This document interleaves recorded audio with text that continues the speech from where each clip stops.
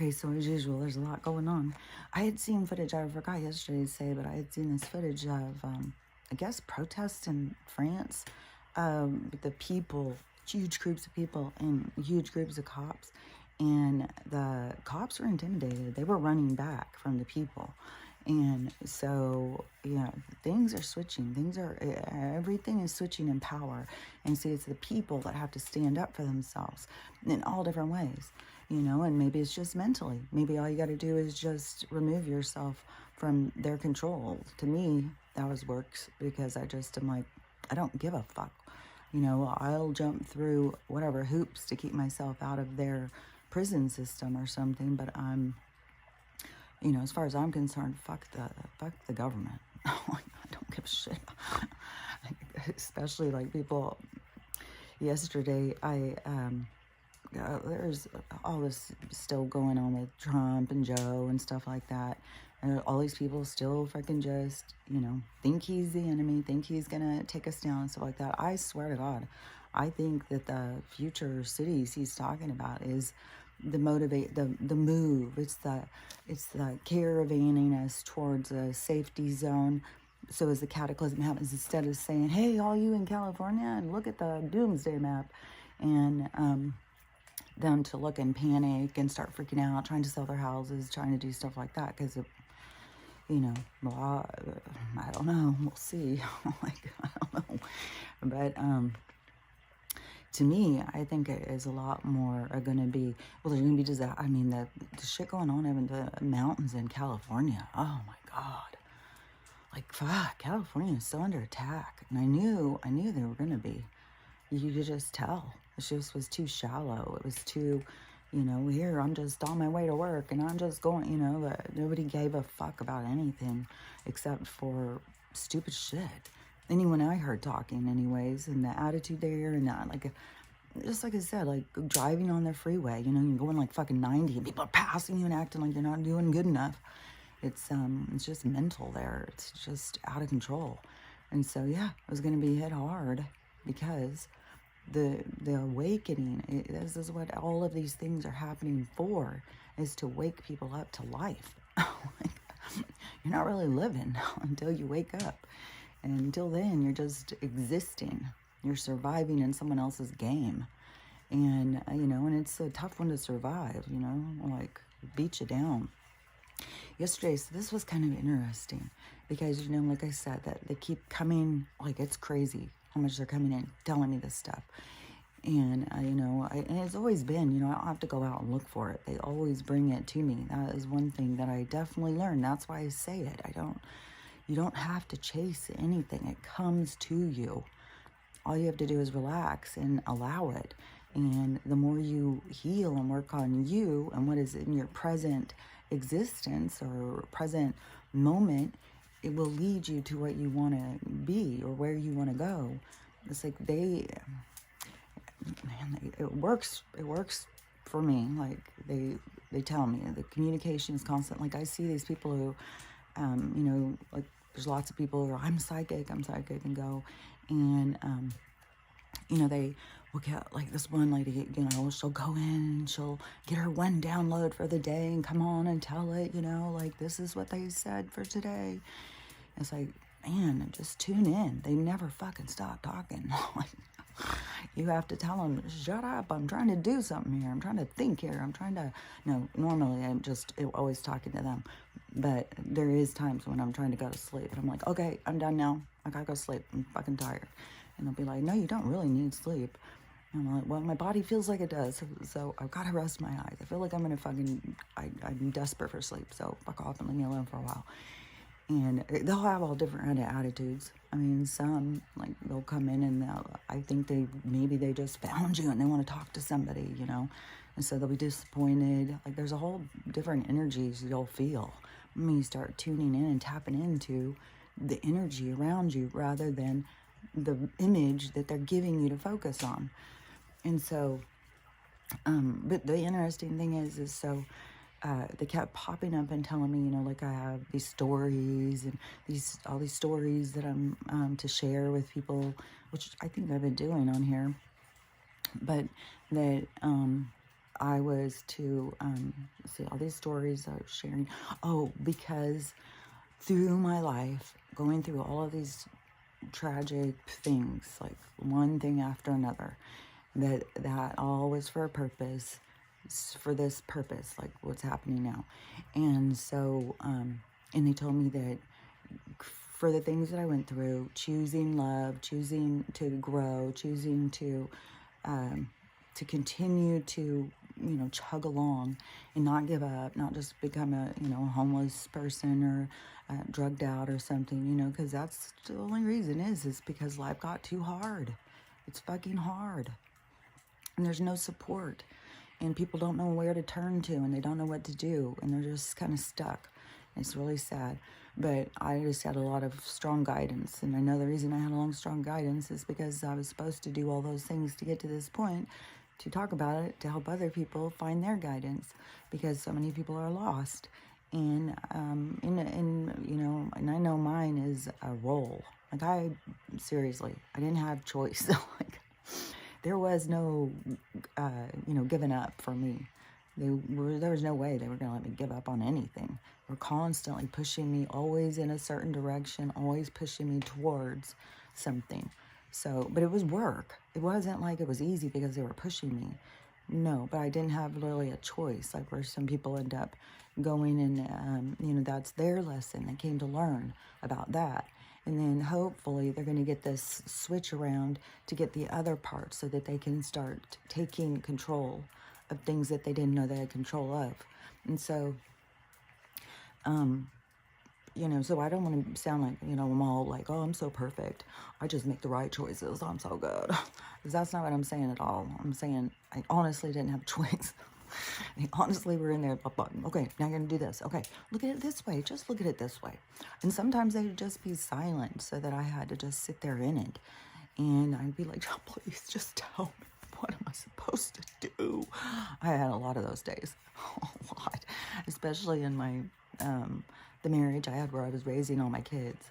There was a lot of that. Like, I would just go sit in a room by myself crying. Oh, please tell me. How could you leave me here like this? Oh, that was hard times. Like, I had a lot of hard times in my life. And, but so yesterday, I was watching, I think I was watching some crime thing. I can't remember. I think I was watching, maybe she came out, I had the river on or whatever. And so then maybe I said, do you want to watch a crime? Oh yeah, I think so. I think I was watching that chapter when she came out. I was just like, I didn't have anything to watch. And I was like, she had been watching some crime things. And I was like, I think I'll just go watch that chapter. I haven't seen him in so long now, ever since he said something that was like, I think it was negative about spiritual stuff. Like, he's very 3D, but I really enjoy him. He's a character. And, he's going to have a public awakening, probably. It's going to be hard on some people. They've gathered a huge following, and they've kind of locked themselves into a position. And they're going to have to humble themselves greatly to bring themselves to the truth. So that's what I'm saying is, like, even people who are super popular, and his career's taken off with his podcast and stuff, and he's the #1 in Spotify or something. I don't know. He was going through the whole thing and just saying, like, I can't even believe it, you guys. It looks so fucking great. And, but, he hasn't gone through his awakening. He's been very focused on what he's focused on his reality, building up his thing. And I think he'll be able to humble himself. Honestly, he is just kind of a silly kind of guy. And I think he'll be just like, what? I don't think he'll go into devastation mode. But, we'll see. There's a lot of people who are going to, have built up something that they're going to fall hard off of. And that's what they came to do, though. Like, we can't, they came to experience that, to feel what that brought out. And everybody's here to feel all the different things. We're all here to play these things for the whole universal consciousness. And so everybody's going to be playing all different roles. But just keep in mind, they're playing a role for the development of all things. And so, okay, so the person, let me think.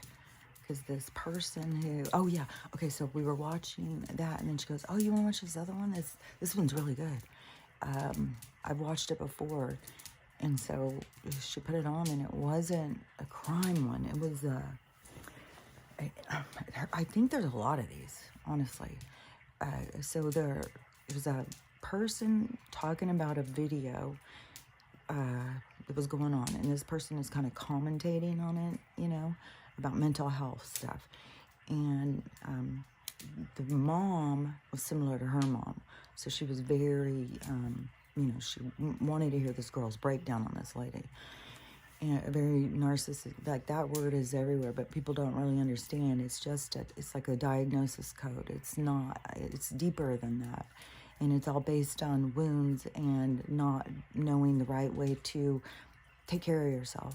And so this woman, you know, is very dysfunctional out here, having this episode with her son, with the son's dad is filming it, and the stepdad is outside. So there's two dads going on. But the whole thing was just very, very, yeah, but, you know, when we talked about it, I said, yeah, well, you know, I totally see, yeah, that was very, you know, horrible what that kid was going through. The whole thing was very horrible. But one of the things for me is I don't just see what's going on with him. I see what's going on with her. And it's going to get me, this is what people don't see. This is what I see that people don't see. Is, so yeah, she's being a real fucking asshole. Yeah, she's a real dick. But all I can see is her pain. And her pain is, it's like going out to him, and it's like he didn't know what to do with the pain. It's like, I don't want your pain. Give it, you know, you're making me uncomfortable, and I need to go away from you. And, but she's like, man, it was sad because, you know, I mean, she's getting chewed up and spit out. And, you know, that's what's really going on with a lot of people is they're siding with the victim, like the person who is, and it's the next layer. See, it's the next generation. It's the one that they are relating to. And so they can pick up on his pain, you know, and see, like, you know, that's some bullshit what he's going through.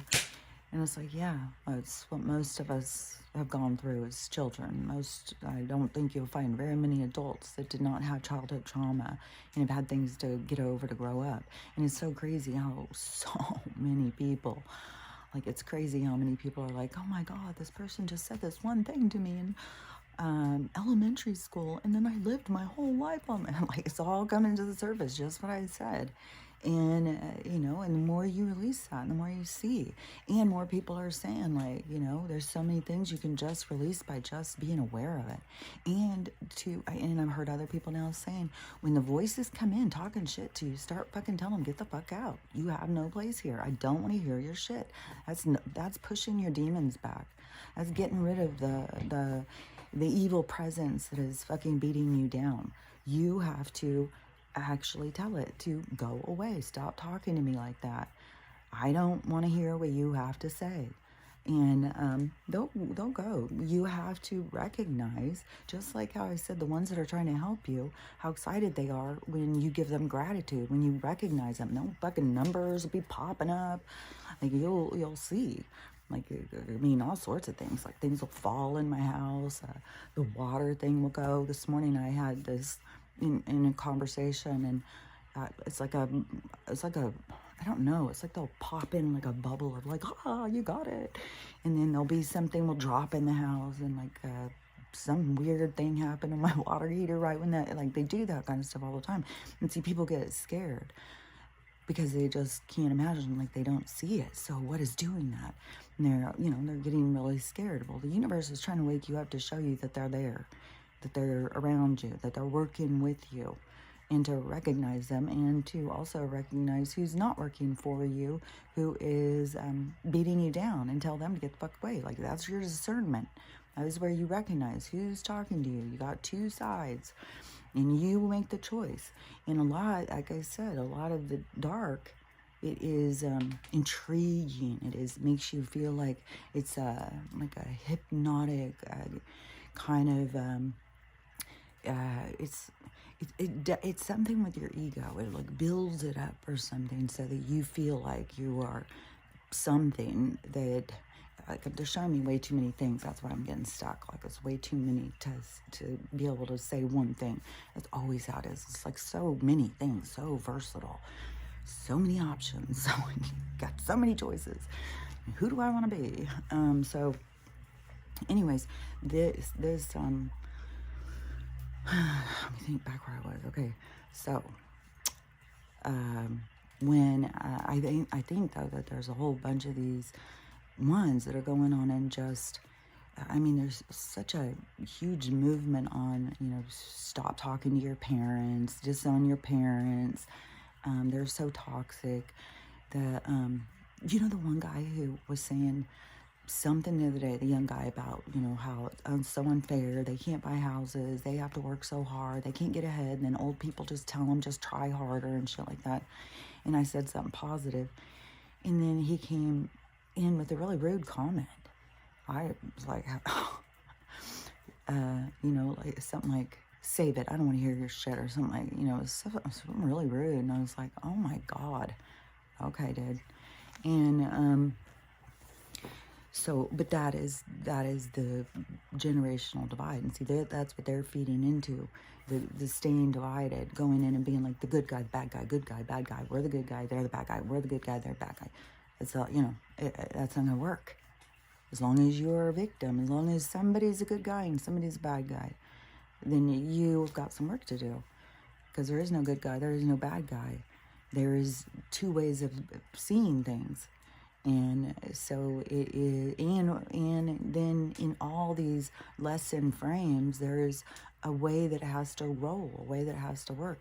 So after we were watching that, we were talking, and she had said something about, tell me, she was asking about the two different kid groups, because I have two different dads. I have the older ones from my first husband, and then my younger ones from my second husband. And so she was asking about that, so that opened up a whole, like, she got way more than she bargained for, because I started just really going much more deeper into my story about, it was something, she asked me something, I don't know, but that just took me into this whole story. But, I don't know, if she was getting much from the story, hopefully she was, but I was. It was fucking tripping me out, man. Oh my God, it was so fucking trippy. So I started telling this stuff, and what they were showing me and stuff, it was like, oh my God, it was trippy. I was like, oh my God, maybe I gotta start telling my story more. Like, things that they were showing me was like, I don't even know how to explain it. But it was like some things that I needed to see, or I needed to hear. And so I was getting so much benefit from telling my own story. And, but it was really giving me so much more insight. And it was giving me so much more where I could see, like, exactly what they were talking about, exactly where, I mean, my life was so, I really did truly start out being such a weirdo to people. And I was so different than everybody. And when I started saying this stuff, I was like, I was always doing things that were, people wouldn't do. No, you don't do that. You don't do that. And like, move in with a guy. You didn't do that back then. You didn't go and have sex with people. You didn't get married, or you had to get married. Like, it was very. You were a big old whore if you slept with somebody in school, you know what I mean? Most girls just coupled up with somebody. And then, everybody was just like, that's their private business. Nobody, you know, you kind of assumed that they probably were, but they were probably getting married after school anyways. They were just the perfect little couple. And then you had, you know, the girls who would sleep around and they'd talk shit about. But this is one thing that I was really noticing too, is how much of our sexual stuff back then was coercion or just blatant rape. You know, it wasn't mutual. And that is one thing that so many people don't see. But then out of this non-consensual situation, you know, well, it just happened. You shouldn't have been in the wrong place. You shouldn't have dressed that way. You shouldn't have done this. Shouldn't have done that. You know, you shouldn't get a boy too excited. And then when the turnaround went and the boys went around, it was always consensual. It was always, you know, she wanted me so bad. And so there was all of this distortion of truth that went on that ended up coming back on the girls to talk shit on the girls and, you know, call them sluts and whores and stuff like that. And I mean, I was called that so many times. And it was like, like I'm running around trying to get out. Oh, here, you want to have sex with me? Like that. No, that's not what's happening. It was like, no, I'm getting, I mean, there's these words you're getting, you're not even supposed to talk about. But you get the point. And I think most of the girls, any girls that are my age, know the experience. You know, we've all been in these experiences. Like it wasn't, it was more just that's the way it was. And that is, you know, and at that point, there was even that whole stigma of like, you know, if you don't want that to happen, you know, you gotta be courted. You know, these boys need to come and be around your parents. They need to do that. And all that was like, that's so old fashioned. I'm not going to do that. I'm not going to, you know, it's like, well, you know, and I didn't say, like, I wouldn't go tell my mom. And I didn't even talk to my mom for a year, or I don't know how long. I know I definitely stopped talking at a certain period. I wouldn't talk to him. I was a teenager, and I was very out of control. When I was telling these stories yesterday, I was like, oh my God, I was fucking wild. And I was like on a death mission. Like, I didn't care if the shit would happen to me. I was just, you know. And so I did get myself into some seedy situations. And what also was blowing my mind is all of these fucking old guys. These weren't young guys. They were, I mean, geez, I think the only young one that I ever had that attacked me was Mike Stern from high school. He was just, I mean, we would all always be partying together. You know, I was definitely the smoking porch, you know, I was in that smoking porch group. And he was out of the popular jock kids, but he was an alcoholic. So he would come and, you know, always hang out by us. Most of those jocks were alcoholics. They had the biggest parties. Like, they partied way harder than any smoking porch person. Like, smoking porch people, we were all kind of low-key, kind of laid back. Those people were like, you know, doing the beer bongs and going crazy on the Friday night parties. So one time my dad and mom, nobody wanted me, and they got me an apartment. My mom was mad about it, but my dad got me an apartment. And so it was just a party apartment. It was a senior in high school. And everybody would come over, but Mike came over one time, and but that's the only young one. And it was probably, he was so out of control because he was such a fucking drunk. Such a drunk. So, I mean, I think he was drunk at school. Like, I mean, that's just sad. Like, I don't even know what's going on in that kid's house. Like, there's so many people had so much bullshit going on in their houses. Like, and it wasn't something that people talked about. Not like nowadays, and everybody's just putting it out there. It was a lot more hidden, so people would come to school and you wouldn't, you know. And everybody, there was so much pressure on us to be perfect. It wasn't like this now, like, hey, you know, the more slutty you are, the better. Like, slut it up, dude. No, it was back then. It was like, you better fucking be perfect. If you're not perfect, then you are a reject in society. And it was a huge stigma. Every fucking thing you did that wasn't perfect, you know, it was really hard. And so, you know, a lot of us went around feeling like really garbage. And we're just, you know, we're rejects. Nobody, you know, what are we doing here? All these people are perfect, and we're just such a, like, what's wrong with me? Like, I spent a lot of time, you know, trying to figure out what was wrong with me.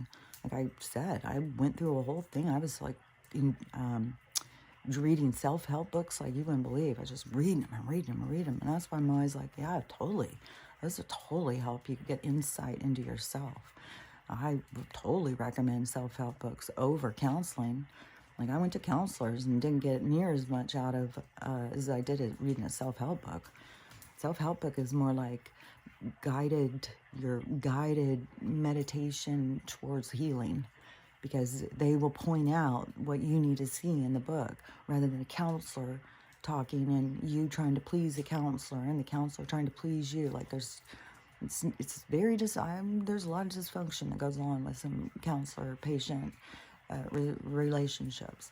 I know so many people go to counseling and don't tell them the truth because they don't want them to look down on them. So, but then what are you getting out of it?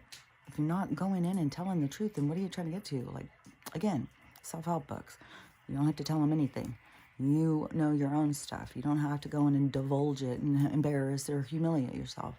The books are lined with people who've gone through shit, and doctors, all sorts of people who go in and write books about how to heal things. And when they point out certain things, it just gives you a way to see it. So I was reading so many self-help books, and then at some point, that's when it switched to the books about reincarnation and the near-death experience, like what happens after you die and stuff. I was obsessed with that kind of stuff. But that was when I got, when I had a child. Because I didn't think I would ever get pregnant or anything. I was just like a wild, out of control, you know. I mean, I was leaving my friends and going and moving off to London by myself. I was always just, now I can see, like, I couldn't understand back then, like, why all these guys were always wanting me and stuff like that. Now I see it as like, oh, that was my reverberation. That was my turnaround. That was my karma for the shit that I did. I'm sure every fucking one of those people who fucked me over, I fucked them over. Probably in that gypsy life. Like, I probably fucked them all over. And so it was just turn around. Like, it just says resetting the energy. It's to, you know, I can't just go in and fuck all these people over and then just go, okay, bye. No, it's got to go back around. But it's not in the same way as how we take it when we talk like that, because it's not a judgmental thing. It's not a bad thing. It's just a constant way that the things have to rebalance. And so, and we have to all go in and play all parts. So we have to go in and play these parts so that we really get a deep understanding. If you're just always playing the good guy, what's that going to do to your ego? You know, you have to play the bad guy sometimes. And so, anyways, I just, you know, that I'm not going to be a victim. You know, those people, I'm sure that I screwed them over. And so then it was just, you know, that's what I had to come back and go through so I could see the other side. And I can't tell if there's something right there. It just looks weird. But, so so to me, it isn't, you know, like that they didn't really screw me over like that. Like, I can see all the things, but now I can stand back as an observer. Like, that was one of the things that when I was telling it, it was so much as like, it was really cool. I don't even know how to explain how it was so cool how they were showing me this as I was telling it, how they were showing me in my head, and the way it would go into these, like, it was almost like this little, like it would go into this, like, bubble all of a sudden. It would go out, and it would be like a star. And then there would be another element of my existence that was, you know, because that is, you know, like reality. Like, there's so much filler that they fill us, like the travel. Like, you have to get there to that. When really it's just these moments in time. And so they create this existence so that we then think, well, we got to go there, so this is how we got to get there, and we go and do all that. But it's not really like that, I don't think. And so they were showing me that each thing was kind of separate. These different times of my life were like separate, but like the same, like the stars, but in the same system or something. It was really cool. I don't know how to explain it, but it was really, really cool. I was like, I felt kind of giddy. I felt kind of giggly and stuff as they were showing me. And I think she's probably, I mean, most people, when they're around me, I think they think like, oh man, is she crazy?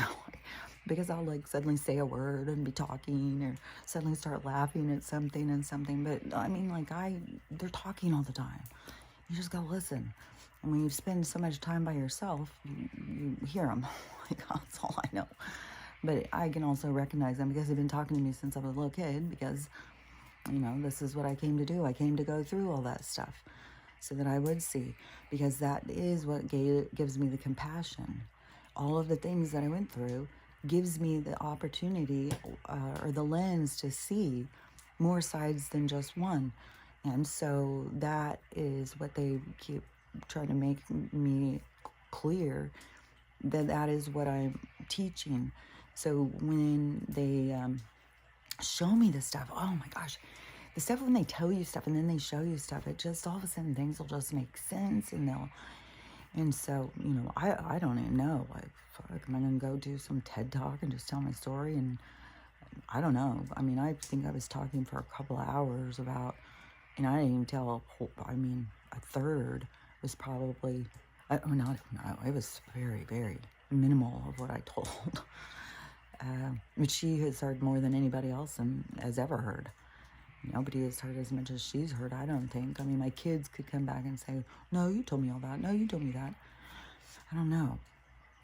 But there's a lot of traumatic things that I went through. A lot of things where, a lot of people screwed me over, a lot of pain, a lot of hardship, a lot of confusion, a lot of, and even at the point where, I thought I was doing really well, I'm a nurse, making lots of money, I'm spending lots of money, here I am on 18 pharmaceuticals, going through one marriage after another, maybe I'm traveling, maybe I have cute clothes, maybe all that stuff, but, I was dysfunctional. I was not in a good space, even though it was like an acceptable role in this 3D world. It was a very acceptable role. You're a nurse on law meds and you're traveling and you're buying shit all the time. Oh, you're perfect. And it was like, and I was living it. I was fucking, I was a workaholic. There's minutes I can go to work. I want the money. Let's go to work. Oh, I can get paid double time. Oh, hell yeah, let's go. Like, I was just work. And, but that was also, benefited me when they figured out my disability, because it was based on that, this workaholic period that I was working like 70 hours a week. So that really increased my disability insurance. It's so funny though, because my disability insurance runs out in 3 years. And so ever since, I went on disability, but see, they make it run out when you retire, because, or at retirement age, but they don't change it. Social Security could change it. Like, there could be a gap even in that, mine, there won't be. And plus I've been working towards independence since this happened. I started immediately, like, I'm rejected out of society as a worker, then, I'm going to do art. So I started making things. I was making a lot of cool stuff. I was going to do craft shows. I was doing all sorts of stuff. Like, I'm going to stop doing things. And, but it was still a struggle. There was a lot of things that were really hard. Like, everything I would do, I'd have to try and, I wouldn't remember how to do things. Like, fucking computers. Oh my God. Phone, those stupid machine, every fucking thing. It's like everything, especially in the beginning, I had to relearn, and over and over and over. Like, it wasn't like I could relearn it and then I'd remember it. No, There was no space in my brain to remember anything. And I'd have to relearn it. And then I would get really embarrassed too, because I would think everybody would notice. And so I would get really like, I would feel so humiliation. Like, I know humbling is a big thing in healing for your ego. So humbling yourself and, just, don't, a big thing is don't get caught up in making that your identity. Allow it to just be, but and see it, but don't take it on as you. And so it was so much struggles of, of feeling so stupid and stuff. This was also interesting because you might remember when I had said that after my brain injury, that I was talking to my mom, and I was like, it's so weird because I have a brain injury.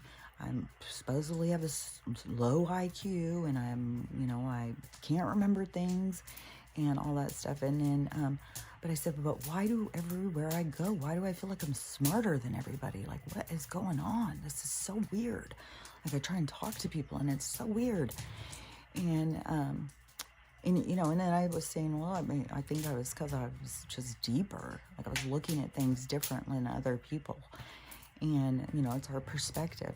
But yesterday, I heard somebody talking about the war, that we're in this war. There was the Industrial Revolution and all this, and she said we're in this technological revolution right now. And she was saying, you guys need to start putting your phones down more and realize that they're dumbing you down, and they're making you dependent. Don't use technology for everything. Like, people used to be able to remember phone numbers, and now nobody can. And she said people used to know how to get to places, and now nobody knows how to get anywhere without navigation. She said, are we really getting smarter? And that is where I was like, oh, that is, because I'm not, I've never been dependent on technology to think for me. I don't want it to. Even when I moved over here, and my daughter was here, and I was having to get around using the GPS, and when I was having to drive through Seattle especially, and she kept saying, I would turn it off, and she would say, why don't you just turn it back on? I said, no, I'm trying to learn the way. I'm not going to be dependent on this thing telling me. I need to learn my way around. What are you talking about? Why in the world would you just have something tell you where to go each time? But see, that's the difference in how we perceive. I have this recognition because I lived this other time period where we weren't dependent on that. These other people, it became so much a part of them, they became dependent. And so they did turn so much of their thinking over to this machine. And that girl is so right. I was like, oh my God, that was like a light bulb. It's like, it is totally. This is a technological revolution. Like, you have to claim your own independence, your own thought. Don't depend on this machine to do anything for you. And numbers and all that, like, yeah, we should. I used to know everybody's. I mean, like, I knew every fucking, even when I was a workaholic, and I had a lot of credit cards. And I had big amounts and stuff, and I fucking knew all the numbers, knew everything. Like, I knew everybody's phone number, everything before my brain injury. I knew all those. Now you try and give me a number, and it's like, what is that again? 913? No, 319. Oh, okay. So 193? No, 319. No, what? 913? It's like, I don't know what happened. Numbers just got jacked up in my head. And so I really have to, I have to really, really focus and really try and make my mind do the work when I'm doing that. And it is a focus. Like, people have to learn that this is about gaining control of your mind, gaining control of your reality. And when you gain control, you're also releasing judgment, stepping back as an observer. Stop getting so caught up in it and realizing, like, it is this game we're playing, this rebalancing, this learning, this expansion, this experiencing. And, other people get just so caught, this experience that we're going through right now is just, people are so caught because they're so mind trapped into this false reality. And so in and all of these things happening are to get them, to pull them into the truth, to see. And they get so panicky and so scared. Like even when, there's a ghost in their house or there's an alien outside in their yard and all this stuff, they get so scared. It's like the universe is trying to show you that you are, it's so weird because I can see this so clearly, but it's so hard to explain, but how they're so trapped in this false reality with their mind. And this other side keeps trying to show itself like, hey, over here, look over here. The world is bigger than you think. And we'll see it and be like, oh my God, I'm so scared. Did you know that? I can't believe how many people do those videos. They're scared of everything.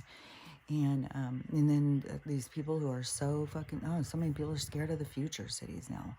It's like, I don't understand. Like, even you people who are out here talking about this patriot move or whatever, and then you think that all of a sudden that they're going to be like, oh, we're going to have the 15-minute cities and the smart 15-minute cities, then we're going to have the future cities. And that two guys that hate each other, but they're going, I don't know. I guess I just see it because I woke up in 2020 and just heard so much talk about all this, and looked up Nasargasar, looked up about the Jubilee, looked up about the gold standard, looked up about Nixon, looked up about all this shit. And then you look up and you start seeing so much more. And that's why when I hear people say things, it's like, but are you looking into anything, or are you just believing what you're told? And so many, Trump's the Antichrist, and he's trying to, I don't know how they think there could be something worse than the 15-minute city. But, obviously that's what he's going to do. And, this morning I was in the comments, I had a bunch of as soon as you say something about Trump, you get a lot of comments. And then I feel bad for anybody who comes in and says negative shit, because then they get totally attacked by these other people. And so then I feel bad because this girl, she was asking me, like I had said I just did this one about the smart cities, future cities, trying to get people to understand. The future cities are not the same. They are going to be, he's already come out and said he's giving, starting these 11 future cities for people to put proposals in for what it is you want to do there and all that stuff. That's all Nasargasara. Just look up about it. And so then the people coming in and, Trump's an antichrist and all this stuff. And so this one girl, she came in with like 1 million comments. And she even did a video to me. And she was like, I like you so much. I always listen to you. You're so, like she was saying all these nice things. I was like, oh my God, that's so nice. And it just made me smile. She was so sweet. And that's the kind of stuff where I was like, oh, it makes you feel good to know you're, helping people, or that people, look at you like that. And not, fuck, you can go on TikTok and you look at some people like, oh my God, you're so shallow, you're so this, you're so that. Like, so it's nice when somebody, sees you as a deep person and caring person and stuff. But she was so confused. How could I be this way? And see, this is what happened in my awakening, only it was with Marilyn, if you remember me talking about, on Next Door. And this was in 2022, so 2020. And so that also went with my awakening. But it was this person who I saw as this really natural. She's always on herbs and foraging and stuff like that. And then she was talking good about Trump. And that was where I was like, what? Like, it seems like two opposing forces. And it was very confusing to me. But it was because I was creating the confusion, because I was creating the distortion, because I was being misled by what I was listening to in the media. And so I had to see that, though. And so she was asking me, and I completely could relate, And at first I thought she was trying to be rude. And, I just get sick of people being rude to me. I wasn't rude, but I said something like, well, that's your problem. And you're in capital. Like, that's your problem. That's not my problem. Like, I'm not going to own your shit.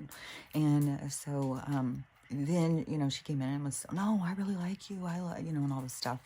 And she did a whole bunch. And then there started being like this whole argument where these guys were going in, and I couldn't even keep up with all what was going on. But she obviously, you know, was okay. And because I kept talking to her in private, the DM thing, you know, where you have private conversations. And so she was asking me, like, seriously, I'm really curious because I'm so confused by this. And so I told her, you know, I said, I hated the guy. I thought he was a total dick. And I was on Twitter. I put pictures of him up sitting with Ivanka on his lap. I called him a perv. I was a PETA. I was like totally rude about him.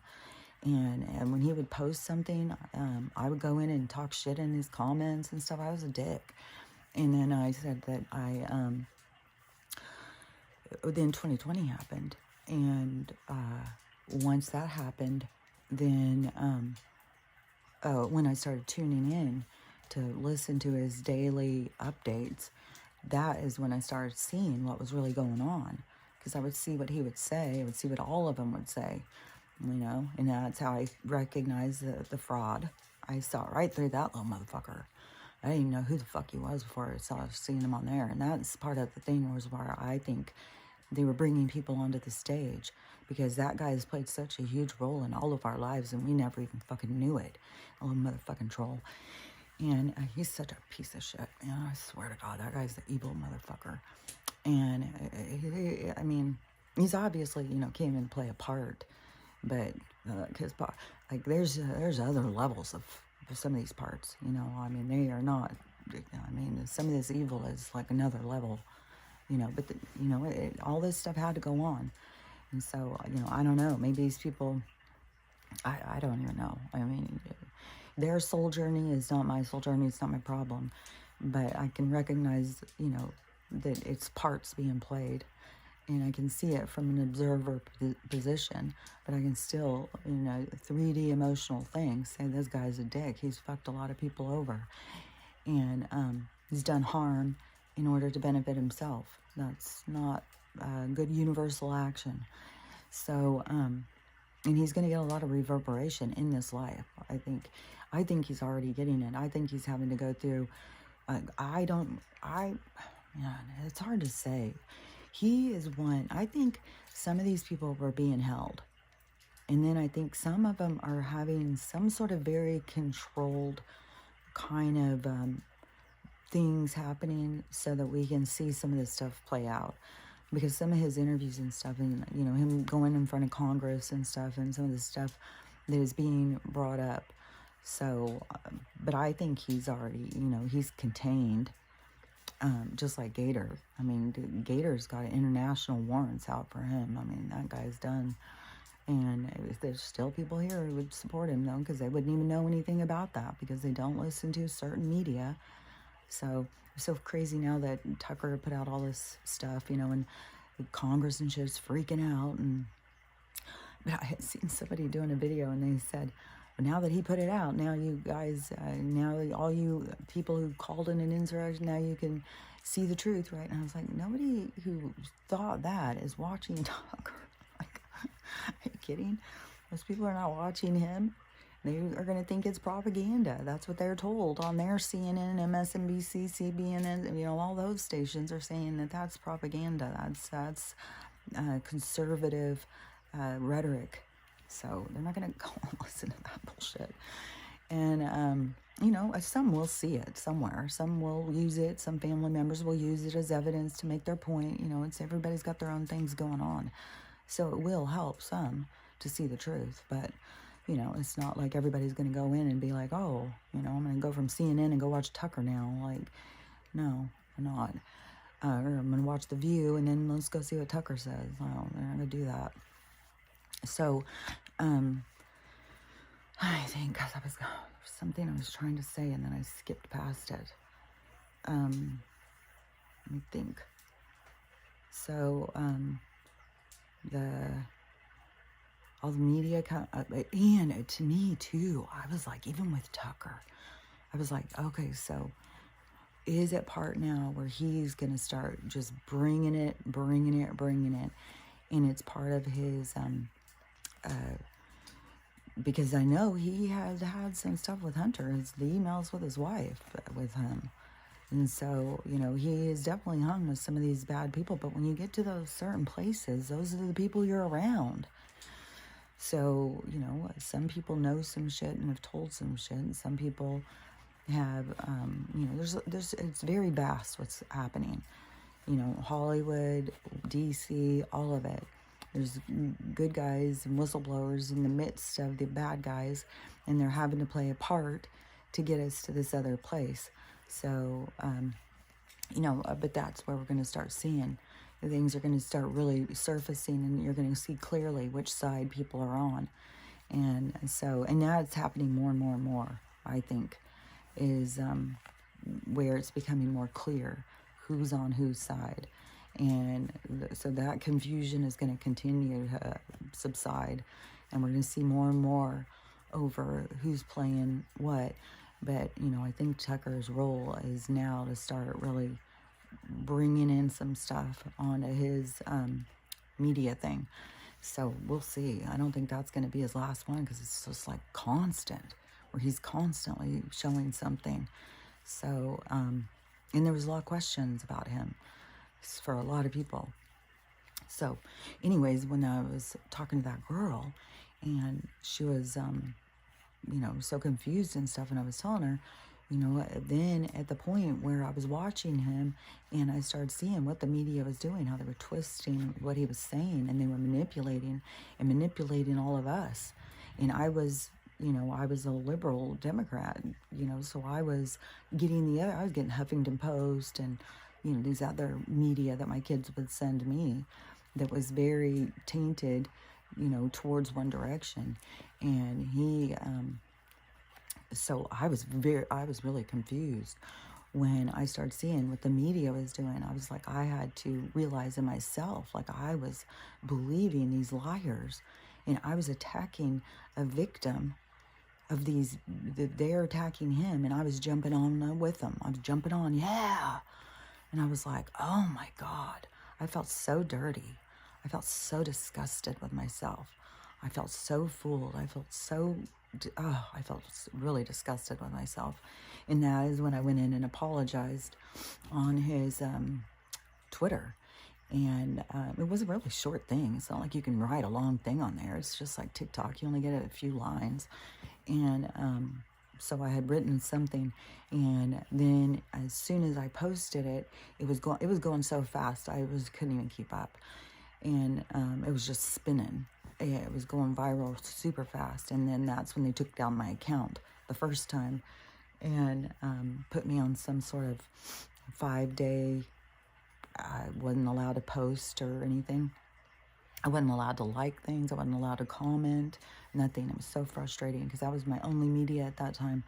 And there was a lot going on. I had a lot to say, and I was being hindered, and I was frustrated. And I tried to speak to my kids about it, and oh, well, why didn't you just watch what you're saying? Oh my God, what are you talking about? Saying stuff like, and then as soon as I started saying, you know, they're lying about Trump on the news, that I was attacked.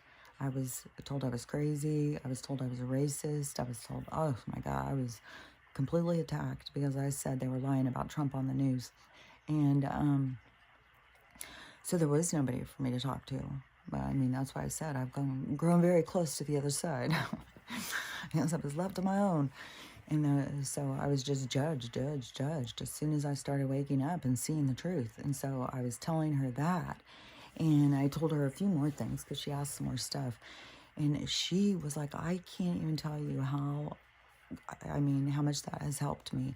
You've given me so much insight into something that I didn't see. And she was like really excited. She's like, I'm serious. Like, I did not see that. No, you have totally shown me something that I wasn't seeing. And I feel so, this is a lot for me to wrap my head around and stuff. And, you know, because she was really confused. Like, how could somebody who's so spiritual and so loving and stuff, like somebody like him, this egomaniac, narcissistic, antichrist, all this stuff that people say, is like, because that is all lies. It's all made up. And, you know, go and look into his humanitarian projects. And she said she went in and tried to look and she couldn't find anything. And I said, well, they have been sweeping it. They don't want it to be out there that he's a good guy.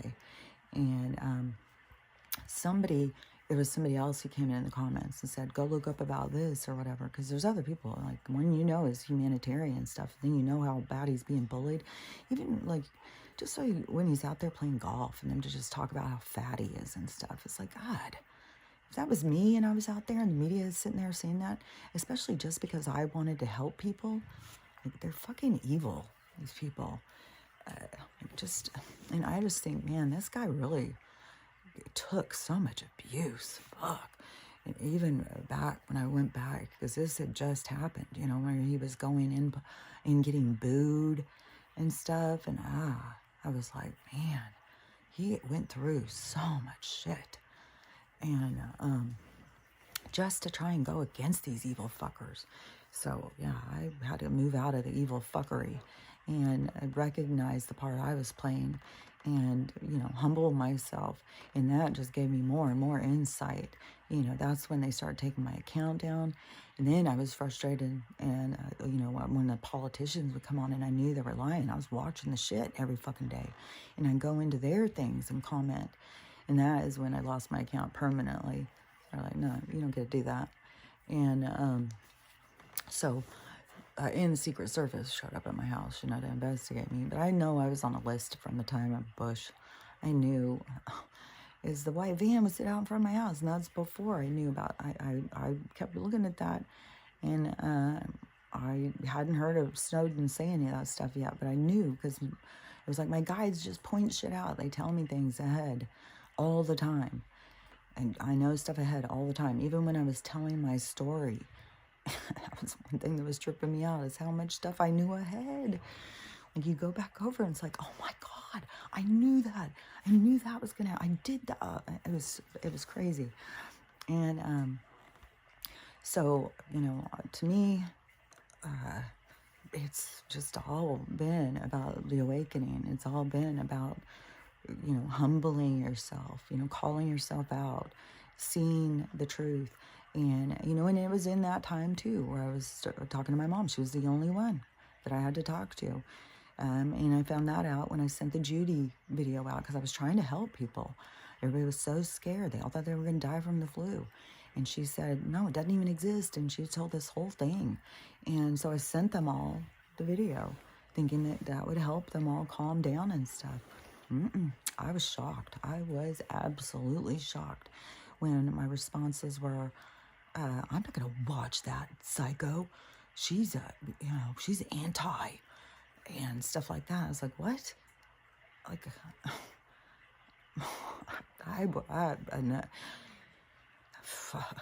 I couldn't believe it. I started seeing people so differently.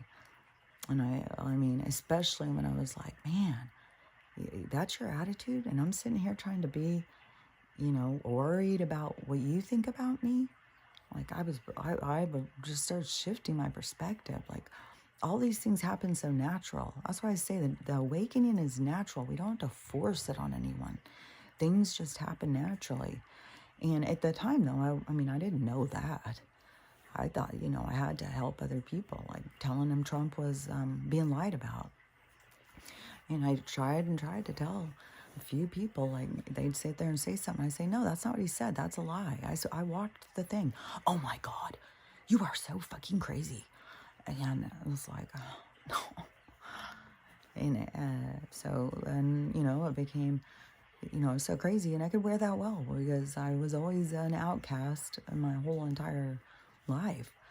But, you know, through this process, you know, talking to my mom, healing that stuff, and, you know, people who I felt like I had changed hidden parts of myself in order to please other people, that all of a sudden it was like, what's the point of that? And so you start reclaiming yourself. You start healing as things are coming up, you know, like, I didn't have any choice. Like, when people are stopping talking to me, you know, I had to go in and look in deeper into the relationship. I had to heal stuff. I had to look at my own things, or why I was looking at things a certain way. And granted, I had strong guidance, because I was by myself, and my ears were open, and I was listening, and I had a lot of strong guidance through the process. And that is what I believe I am here to help others with, is through the process, to be able to get through it, because it's about to hit so many people so hard. Even, like I've said so many times, so many people who think they're so awake, but they're not. Like, they don't know anything about the future cities, but they are out there telling everybody about this or that, all about these, and all that, and all about all these things, but then they don't see the other side. So they're not awake. They're just paying attention, but they haven't fully seen the big picture, because they're focused on this, what scares them. And so that is the release of what scares them. All this truth that keeps unfolding is to, help people to transition and to see without it being abrupt. Just like I think the future cities are about to move us into safe spaces without it being a huge drama.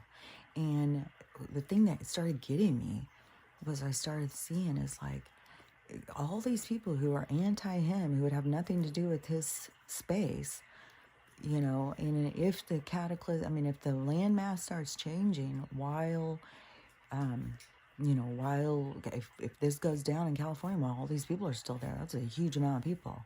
They're going to be gone. There's already so many that these people have been trapped in their house for over a week. A lot of these people did not have food. There's no stores. In a lot of these places, there's no stores. They can't get to any place. Like, it's a mess. And, and it will bring people together. And that is the beautiful part that is supposed to be happening. And there will be a lot of people who will transition, and that will be the impact, so that we really got, this is serious business. This is shit going down. Like, there's people dying from this, and that's to get people to pay attention, wake up, like, this is serious shit happening. But like, if the earthquake happens, like, it hadn't happened yet, and since that guy had said it, and he was right on the turkey things, I keep thinking there's going to be some. Like, I don't know if it's going to be the big one that's going to take it all out. It's going to probably be a really big one, but it's going to drop the whole landmass. And there's so much more now with people paying attention about the tectonic plates and what's underneath, and how it matches up with the doomsday map and stuff. So, there's more to this doomsday map. This wasn't just like thrown out there. Like I said, I heard it from Dolores Cannon about it, and she heard about that from all of the retiring generals and the shit up there that were coming up by where she was at. And I'm pretty sure, like, you could go, anybody who's read the thing, or read her stuff, I may be saying something wrong. It seems like she had talked to them or talked to someone, but she was the one who pointed out it was called the naval projected map then. But so with the tectonic plates, are collapsing and changing and moving and all this stuff underneath us. And, because the earth is changing. Oh, and this was something that they just found, a giant, I think an ocean or something, like the biggest water thing deep inside the earth. And that stuff coming out is to get us to realize, like, the earth isn't this round ball. It's just levels. It's dimension. It's realities. It's places to be. It's all different things. And it's not like what we think it is. So that's just to kind of poke holes in everything. Like, there's going to keep being holes poked so people can start thinking for themselves. And, you don't need to think what somebody else thinks, because they're in their own process of waking up. You just have to go with what you think. And so, whatever you think about the water, an ocean under there, I know that there's civilizations living under there, that are very different than what we think. They're living normal lives. And so it just made me start thinking, like, so for the people who would be going, like, I want to go to the future city, those would be the people who are, excited for the future, have guidance, have projection of what they see, and they don't have judgment. because the people who are biased in judgment aren't going to go. And so I was just all of a sudden, it's like, man, yeah, these people who are just like, fuck him, you know, they're going to like holding themselves out from the safe zone almost, is what I was getting at. So it's kind of like your own hatefulness will hold you back. No matter what, your own hatefulness will hold you back because it's low vibration, and then you won't be able to be comfortable. You won't be able to exist. And I'll just say this one last thing. This woman's dream the other day that I heard, another prophetic dream lady, she said she never dreams. She said, you guys have to understand this. I do not dream. I have not remembered a dream in 40 years. And she said this was so traumatic that it was so horrifying. And so she said that she was something, when something draws the attention, all these people, something draws the attention to outside. I think it's explosions and lights. But always there's something that happens in the sky. And then supposedly there's a big battle that has happened with Russian soldiers and Anunnaki. And the Anunnaki are here. Oh, God, I gotta say this one too. This was trippy. This was a girl who worked in a 7-Eleven or something. And she said there's always homeless people coming in. And she's always talking to them or something. And she said there was a guy, and he's an addict and stuff. And he was telling her that he is, what is that called? Possessed. He said, I'm possessed, and I don't know what to do. He goes, it won't shut up. They just keep talking, and they won't shut up. I told you. And he goes, this one came in him, and he told him who he was. He said that he is back from, it sounded like it was like something Julius Caesar. It wasn't Julius Caesar. It was a name similar to that, but when he said that, it reminded me of like being way back. But so the homeless guy or the addict, he asked the guy, well, what are you doing here? Why are you in me? What do you want? And I don't want you to be inside of me. And the guy said that he has to, that he's there to change the Sabbath. And so the girl was like, change the Sabbath? And he goes, yeah, the Sabbath used to be Saturday. Sunday was the sun. And then we go through, and Saturday is Saturn, and it goes through the planets. Sun is first, and each day represents the planet formation of these 7 planets.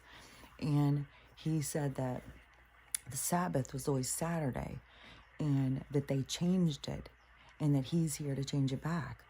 And I was like, whoa, that totally goes with where all these people said all these spirits were suddenly going onto the planet and taking people, taking over people, especially like people who are drugged out and homeless and stuff. And so, I wouldn't be drinking a lot right now. I'll just say that. If you drink, lay off the alcohol a bit, because you reduce your there's something about alcohol, how people get possessed. That's why it's called spirits or something, because you do something to reduce your, it's like you open a door to yourself or something. I'm not really sure how it all works, but you open a door to these other energies to come in. And I think it's because you become so lax, you're not on guard or something. And so they just sweep right on in. And this guy's sharing his space inside of him with this other guy who's here now to change something big. And who knows, like, what the hell, this guy could be getting him into anything. And then what even gets creepier, like MK Ultra could be, like some MK Ultra could be sitting there talking in these people's heads, like, and telling them they have a purpose. And this is going to go down. And it's all being done because they have them on these certain drugs. And then they're speaking and telling them. And so back to the dream. So her dream, there's something caught the sky, and everybody was going out. She said everybody was going out of their houses. She went outside, and it looked like there was stars falling from the sky. She said there was stars falling everywhere. And she said then there started being tons. They were just falling everywhere, and they were exploding. And she said everybody was running and screaming. And she said she knew what was going on. And she ran in her house. And she said it was dusk, and she ran in her house and she gathered everyone, and she was screaming at everybody, like, get in your homes, get in your homes. And so a bunch of people ran in hers, and they all gathered and huddled in a circle, and all were just praying. She said, we were praying so loud. And she said, then it all stopped. And she said it seemed like it had been an hour or something. But then when she went outside, it was daytime. And she said it was so weird. And so when she went outside, she said that there was dead bodies everywhere, and they were just charred. And she said she went up and touched one, and it just turned into ash and just went away. And so she was, she got so scared she woke up, and she was traumatized. She was just like bawling, and she was just freaked out. So then she finally got herself calm, went back to sleep, and was right back in it.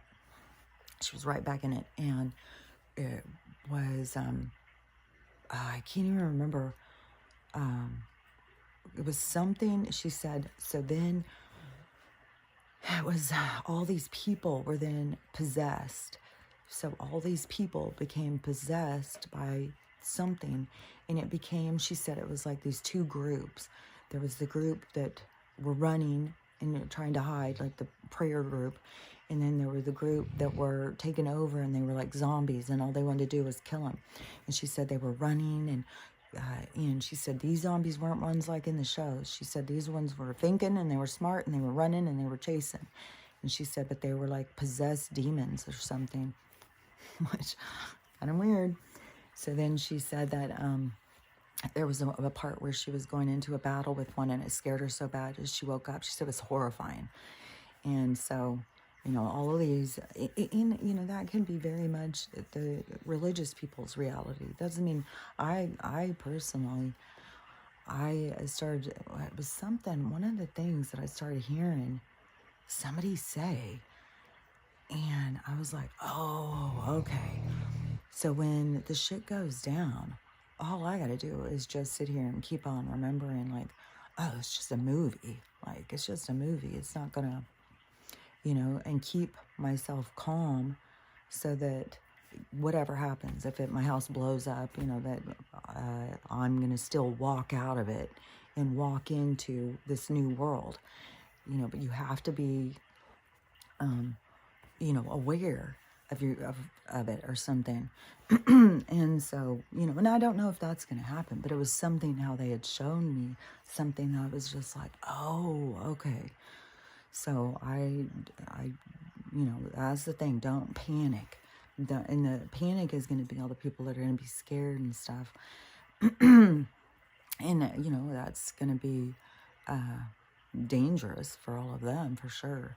But just just stay centered. No matter if things start falling out of the sky, like I've heard from more than one prophetic dream. If things start going on out there, you're not supposed to go out. You're supposed to cover your windows. Like, there's a lot of people saying, like, what that woman and what this guy is saying about these things coming and getting in people.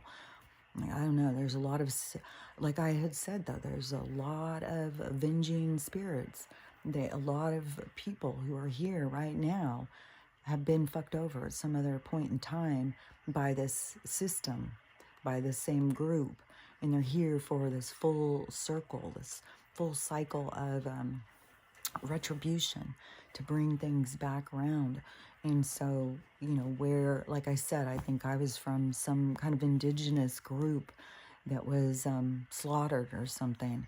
And so it's kind of like I'm here to avenge, but not out of, you know, it's out of love and harmony and really getting to now how we lived to bring that forward, and that they can't stop it now.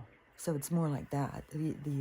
But everybody's got different things, different parts and things. Some people's could be a lot more aggressive and stuff. Like, you know, who knows about this homeless guy? Like what's his avenging gonna do? Like I don't know.